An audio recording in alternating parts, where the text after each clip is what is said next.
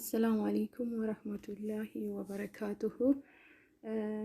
جرجرتو قاقالي وان المان أرومو نقا فيا كيساني بكما جرتاني تربي نقا إسني هابا إسو إهو واي قرآنا تكسني أرقسي سيتوري جتشودا قرآنا كاتا أليف اتقاراتا جتشودا هرمومي أكاتا قرآنو لي داوا وانتو تعدد قرآنا هيكو قرآنا نموني بيكو بربادا جتشودا nilaalla jechuudha.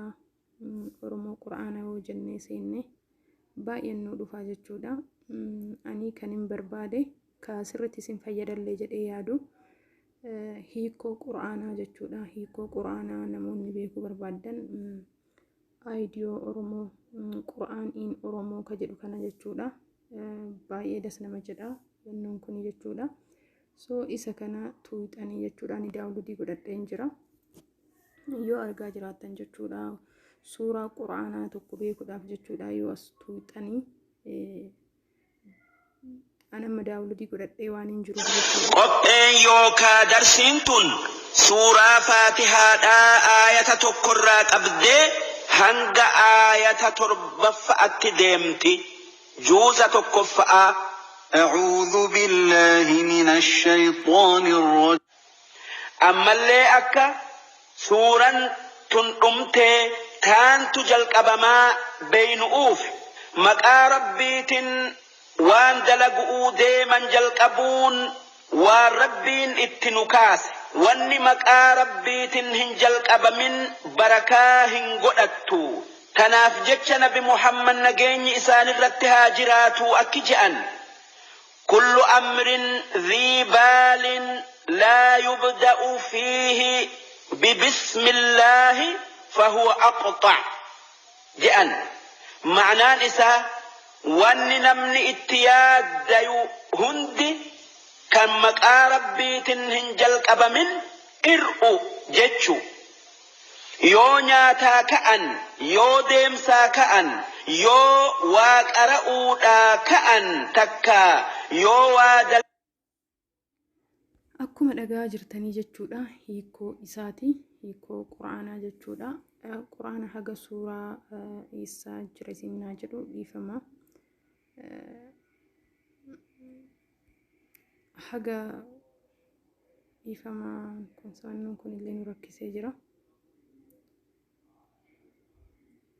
Haga eessa deemtuu seetanii haga 114 jechuudha. Baay'ee das nama jedha.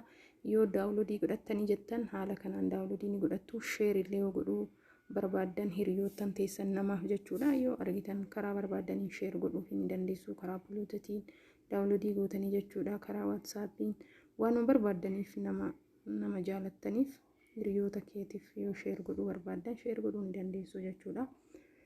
Amma karaa pileestoorii deebinu jechuudha. Akkuma argaa jirtan pileestoorii kana keessa waan baay'eetu jira jechuudha. Oromoo quraan jettanii yoo seentanuu jechuudha baay'eetu jira. Hadiisa namni hadiisa baratuu barbaadan jechuudha. Mee hadiisa kana daawlodii haa goonu walumaan daawlodiin godhanne waan ta'eef hadiisa dubartootati jechuudha. Dhugaa mana keessan teettanii waan barbaadan baratuu ni dandeessanii yoo fedhii qabaattan jechuudha. Namoota baay'ee istaarii baay'ee kenneef jechuudha. Istaarii 5 kennaniif jiranii namoonni daawlodii godhatan baay'eedha jechuudha. Ji'uma kana keessa na fakkaate wanti kun ka dhaabbateeyyuu. So akkasiin isiniin jedha qaalii wanti yaamee namoota meeqa daawlodii godhate kan jedhu galaallu waaw yoo argaa jiraattan jechuudha. Nama 10,000tu daawlodii godhate jechuudha. Kan dhufellee May 25 dha bara 2021 jechuudha. Haarawaa garuu namoonni jaalatanii jiru jechuudha. Namoota baay'ee daawlodii godhee jechuudha. So itti fayyadamaa maaliifi birrii itti kafalnaa maaliin jettanii takkaa daawlodii godhattanii jettan haala salphaan baratuu ni dandeessu jechuudha. Mee yaabannu walumaanii akkuma argaa jirtan jechuudha seenaa quraana keessaa jedha.